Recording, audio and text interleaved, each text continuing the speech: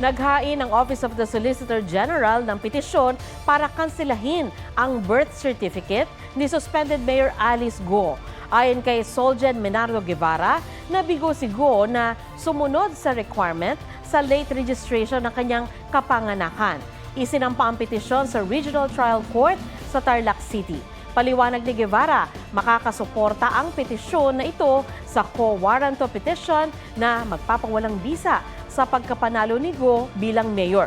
Kung makakansela kasi ang kanyang birth certificate, mawawala raw ang pinakaimportanteng depensa ni Go na siya ay Pilipino. Nagbabala naman si Senador Win Gatchalian na posibleng arestuhin na ng Senado si Go kundi pa rin ito dadalo sa susunod na Senate hearing. Naglabas na ng subpoena ang komite ni Senador Risa Ontiveros laban kay Go at sa kanyang pamilya dahil sa hindi pagsipot sa nakaraang pagdinig.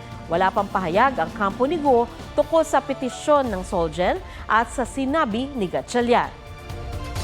Mga kapuso, alamin ang State of the Nation. Mag-subscribe sa GMA Integrated News sa YouTube. Sa ating mga kapuso abroad, samahan niyo kami sa GMA Pinoy TV at sa www.gmanews.tv.